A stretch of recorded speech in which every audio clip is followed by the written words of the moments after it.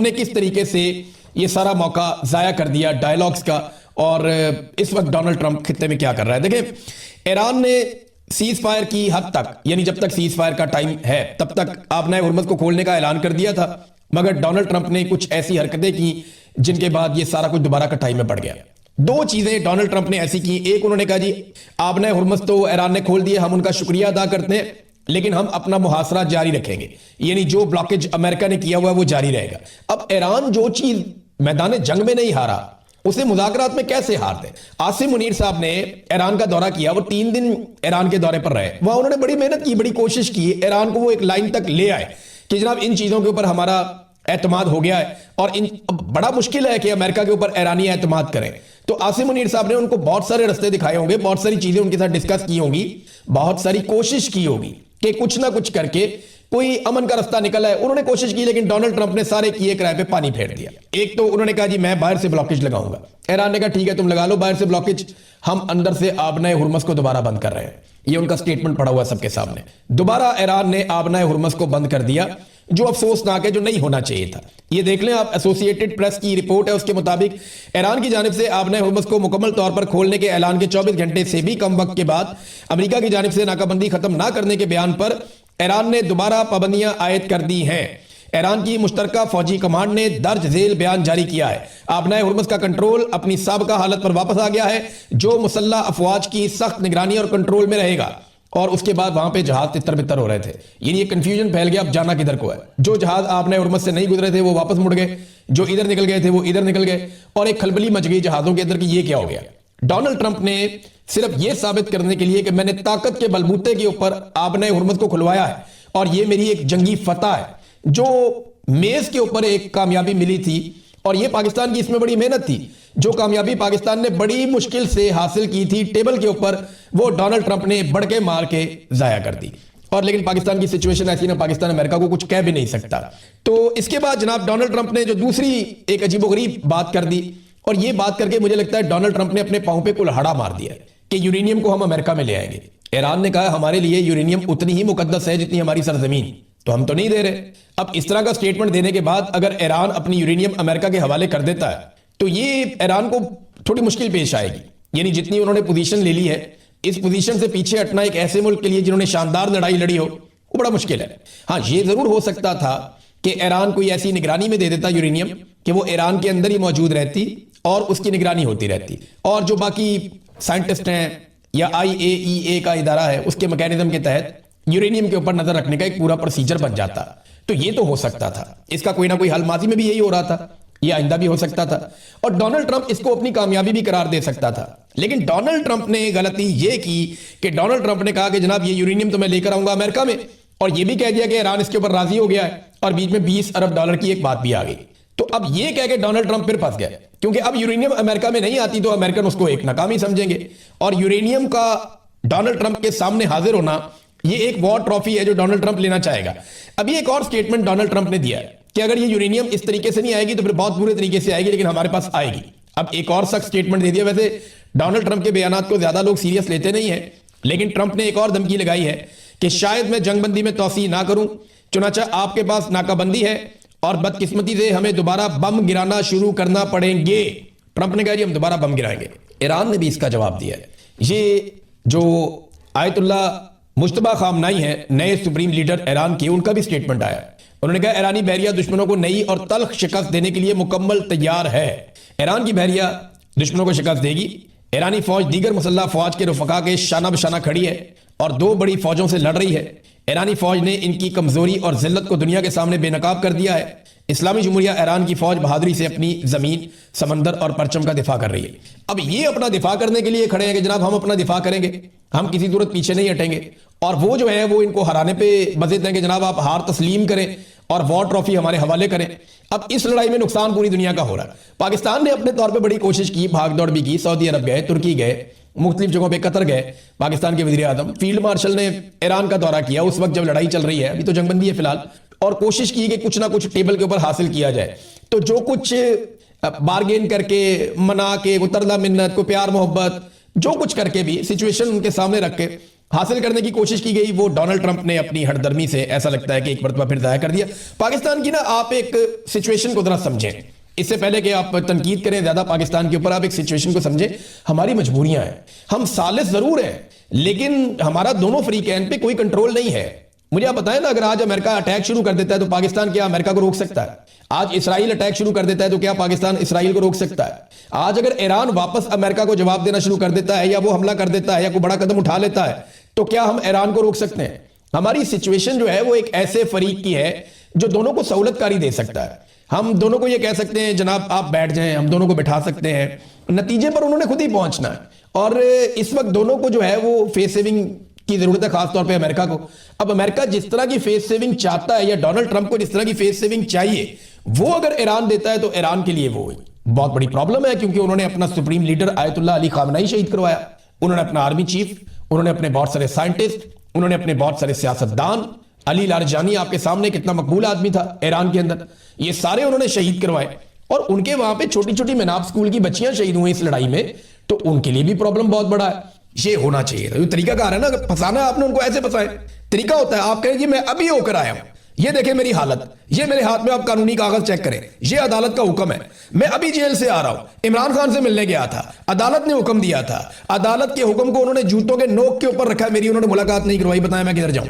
आप यहां पे जेल की इस्लाहात की बात कर रहे हैं, वहां एक मुलाकात नहीं करवा रहे, और ये वज़ीर आला सामने बैठी हुई है आपके। तो सुहेल अफरीदी को अगर मैनेज करना था ना, तो इस तरीके से एक्सपोज कर देते हैं। नाज़रीन, आजकल ना ऐसा लगता है कि हुकूमत को सिंध ताश मुआहदे के बारे में अभी भी पता चला है, शायद पहले इन्हें पता नहीं था। मैं आपको बता रहा हूं, ये कोई ना कोई गेम खेलने जा रहे हैं, ये सिर्फ तवज्जो हटाने की एक कोशिश कर रहे हैं। सिंध ताश मुआहदे की हसासियत का ऐसा लगता है इन्हें आज से पहले पता ही नहीं था। हालांकि हम कई महीनों से बता रहे हैं कि इंडिया आपके पानी पर कब्जा कर रहा है। भारत ने जब सिंध ताश मुआहदे की खिलाफ वर्जी करने का बयान दिया था, जब ऐलान किया था, तो ये खामोश थे। जब उन्होंने पानी पर कब्जे का काम शुरू किया, ये खामोश थे। वो डिजाइन बनाते रहे, ये खामोश थे। वो कब्जा करना शुरू हो गए, ये खामोश थे। अब उसके ऊपर तेजी से काम जारी है और काम मुकम्मल करने की तरफ वो जा रहे हैं, तो इन्होंने रोला डाल दिया। इन्होंने रोला डाला तो क्या इनकी नीयत है पाकिस्तान में जो पानी का मसला उसको हल करने की?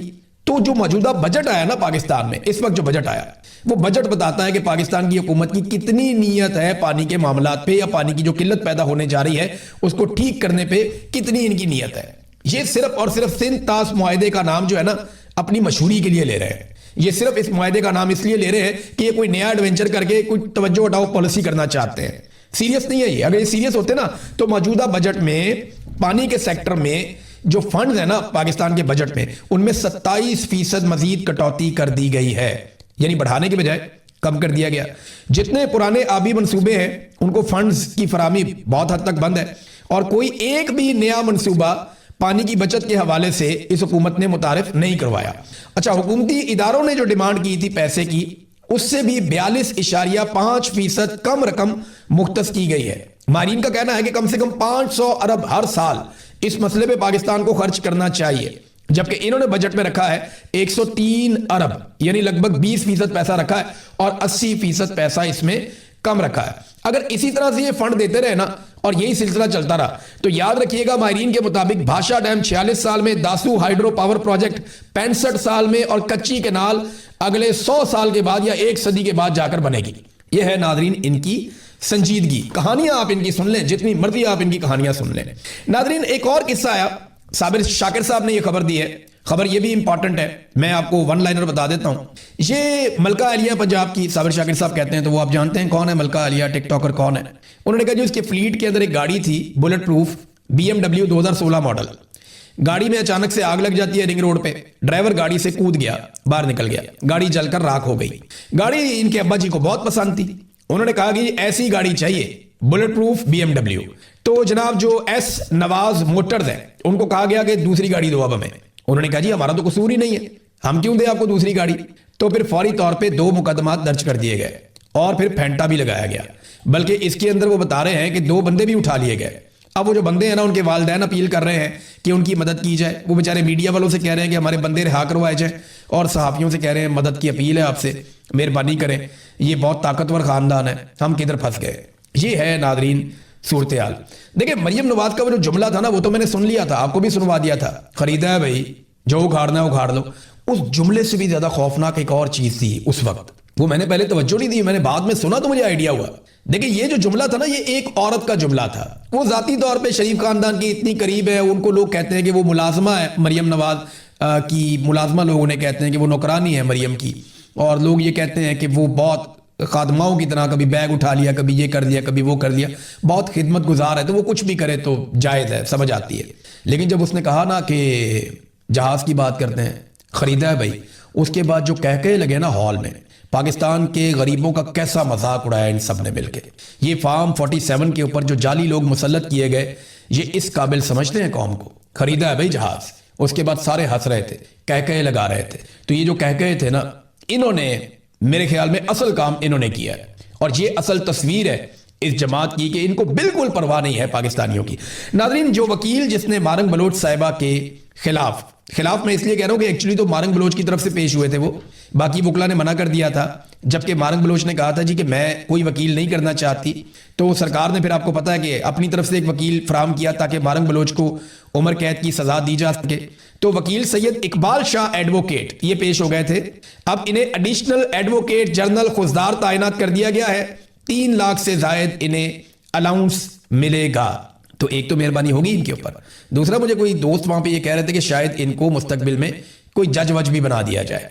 अच्छा जी, केसों के मुतालिक इमरान खान साहब का पैगाम यह कि तोशाखाना 2 का पिछले हफ्ते जो गवाह पेश किया था वो झूठा साबित हो गया, और पिछले हफ्ते ये केस खत्म हो जाना चाहिए था। जो गवाह था इसको 7 साल तक सजा मिलनी चाहिए थी। ये पूरा केस जिसकी गवाही पर मबनी था, वो बंदा जब झूठा साबित हो गया तो जज साहब ने वो केस खत्म ही नहीं किया। इसके बाद मजीद गवाह आए जो इमरान खान ने MS ब्रिगेडियर अहमद और कर्नल रेहान, ये इमरान खान के 2 और गवाह उन्होंने पेश किए। उन्होंने भी आकर कह दिया कि जो डॉक्यूमेंटेशन सारी तैयार की वो भी मुकम्मल थी। ये सारे गवाह प्रोसिक्यूशन की तरफ से थे। असल में केस खत्म हो गया, लेकिन इसके बावजूद जज साहब केस सुन रहे हैं। अभी इस वक्त इन्वेस्टिगेशन ऑफिसर्स की गवाहियां चल रही हैं। जो हमारे वकील हैं वो कह रहे हैं कि लगता ऐसे है कि अगली 2-3 समातों में ये केस खत्म हो जाएगा, और हम उम्मीद करते हैं कि इसी हफ्ते इमरान खान और बुशरा बीबी की कन्विक्शन खत्म हो जाएगी। इस केस से तो रिहा हो जाएंगे। अगला केस अलकादर का है जो 10 माह से डोगर साहब नहीं सुन रहे। अब हम जब कोर्ट में गए थे, अब हमें 25 की तारीख मिली है जो जुमेरात बनती है। इस दिन हमारे वकील और हम सब जाएंगे इसी उम्मीद से कि वो इस समात को सुन लेंगे। देखें, 2 केस है ना इमरान खान पे, एक अलकादर वाला और एक तोशाखाना 2 वाला। अब जो तोशाखाना 2 की दुर्गत बन गई है पटियाला जेल में, उसके बाद तो सजा नहीं हो सकती इमरान खान को, लेकिन जज अगर सजा दे देगा तो उसकी मर्जी है। इमरान खान को पहले कौन सी सजाएं ठीक हुई है, हाई कोर्ट में जाके सारी की सारी उड़ गई, चाहे वो केस हो साइफर वाला चाहे कोई और हो, सारे उड़ गए। लिहाजा इमरान खान साहब को अगर सजा हुई तो नाइंसाफी होगी, पहले भी होती रही है फिर हो जाएगी। और अलकादर में इमरान खान साहब का केस डोगर साहब इसलिए नहीं लगा रहे कि फिर इमरान खान साहब बाहर आ जाते हैं। लिहाजा पहले तोशाखाना में सजा, फिर अलकादर के अंदर जमानत, ये होगा। इमरान खान ने क्रिकेट पे भी एक पैगाम दिया। पूरी कौम बड़ी दुखी है जितना इंडिया ने जलील करके पाकिस्तान को हराया। पाकिस्तान हालांकि इंडिया पे बड़ा हावी रहता था हमेशा, लेकिन यहां तो ऐसे बच्चों की तरह उन्होंने पाकिस्तान को ट्रीट किया है और मजाक उड़ा रहे थे वो लोग। इमरान खान को अखबार मिल रही है, ये उन्होंने कहा। वो अखबार देख रहे थे, वो क्रिकेट के बारे में था। इमरान खान इस पर बड़े दुखी थे। उन्होंने कहा क्रिकेट एक चीज है जो पाकिस्तान में सबसे शौक से देखी जाती है। उनको बड़ा दुख हुआ। उन्होंने कहा कि पूरी टीम को अनस्टेबल कर दिया है मोहसिन नकवी ने। अक्टूबर 2021 में पाकिस्तान ने इंडिया को हराया था, यही पाकिस्तान की टीम थी, मजबूत थी, पूरा एतमाद थी। अब उन्होंने कहा कि एक ही तरीका है मैच जीतने का। ओपनिंग बैट्समैन हो आसिम मुनीर और मोहसिन नकवी, अंपायर जो हो वो राजा सिकंदर सुल्तान, और दूसरी तरफ के अंपायर हो काजी फायद ईसा, और थर्ड अंपायर जो है वो डोगर साहब हो जो इमरान खान साहब का केस नहीं लगा रहे। ये एक तरीका है कि अब अगला मैच इसी तरीके से जीता जा सकता है।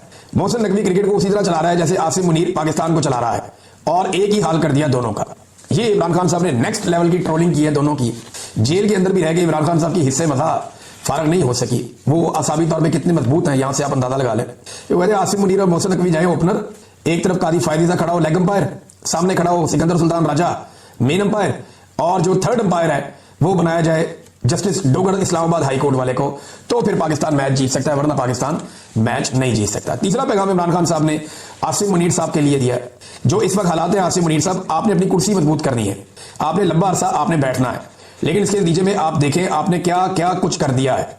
आपने सबसे पहले, मुझे 2/3 अक्सरियत मिली थी, पाकिस्तानियों ने पीटीआई को वोट दिया था, आपने सबसे पहले पाकिस्तानियों का वोट चोरी किया। आपने सजा याफ्ता को मुल्क पर मुसल्लत कर दिया। मुशर्रफ के वक्त में मीडिया आजाद था, इस वक्त सबसे ज्यादा चैनल्स आए। लोग मुशर्रफ के साथ इसलिए खड़े थे क्योंकि वो इन 2 पार्टियों के सरबराहों का एहतसाब कर रहा था। इस मैंडेट पर मुशर्रफ साहब आए थे, इसी के ऊपर उनको सपोर्ट मिली थी।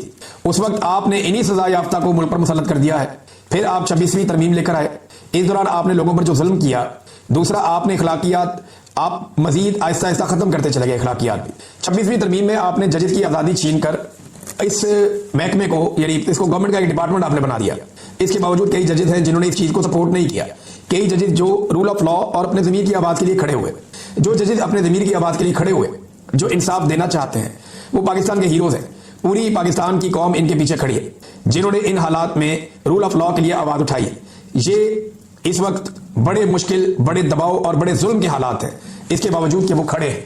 साथ ही उन्होंने कहा कि वो जजेस जो आसिम लॉ के मुताबिक 26वीं आईनी तरमीम के बाद बेज़मीर जजेस जिन्होंने आसिम लॉ के मुताबिक फैसले दे रहे हैं, इस वक्त वो याद रखें कि ना उनको तारीख और ना ही उनको पाकिस्तानी कौम कभी माफ करेगी। 27 सितंबर के लिए उन्होंने एक पैगाम दिया इमरान खान साहब ने पेशावर जलसे के लिए कि देखें, ये इसलिए आप सारे जमा होंगे कि जो इस वक्त पाकिस्तान में जुल्म हो रहा है, अगर आप इसके खिलाफ नहीं खड़े होंगे, आप रूल ऑफ लॉ के लिए नहीं खड़े होंगे, आप जमहूरियत के लिए नहीं खड़े होंगे, जो आज़ाद मीडिया के लिए नहीं खड़े होंगे, यही आपकी आवाज़ है। इनके ऊपर भी बहुत प्रेशर है, इसलिए आपने इन सब के लिए आपने निकलना है। यदि आवाम को कहा कि आपको अगर खड़े ना हुए तो फिर आप इनके लिए खड़े नहीं होंगे, तो आपने इन तमाम चीज़ों के लिए खड़े होना है, आपने निकलना है। पूरे पाकिस्तान से आप इसमें शामिल हों, ये आपकी आज़ादी के लिए है। इसको कामयाब करना इसलिए ज़रूरी है कि आपको पता चले कि आप अकेले नहीं हैं और सबने मिलकर इसको कामयाब करना है। अपनी पार्टी के लिए इमरान खान साहब ने पैगाम दिया आखिरी कि अली अमीन गंडापुर और जुनैद अकबर मिलकर इस जलसे को कामयाब करेंगे और इनके पीछे पूरी पार्टी इनको सपोर्ट करेगी। आप 3 साल से बातचीत कर रहे हैं एस्टेब्लिशमेंट के साथ, लेकिन जितना भी आप आगे बढ़ने की कोशिश करते हैं वो उल्टा आपको मजीद दबाने लगते हैं और जुल्म बढ़ता जाता है। आप हमें देखें जो जेलों में बैठे हैं, बुशरा बीबी, इमरान खान और बाकी कैदी, बल्कि एक कैदी कासिम खोखर को वक्त पर इलाज नहीं दिया गया और वो जेल में शहीद हो गया। बेगुनाह इंसान जेल के अंदर जान से गया। तो इसलिए जो कुछ जुल्म हो रहा है वो दिन ब दिन बढ़ता जा रहा है और मुज़ाकरात का अब कोई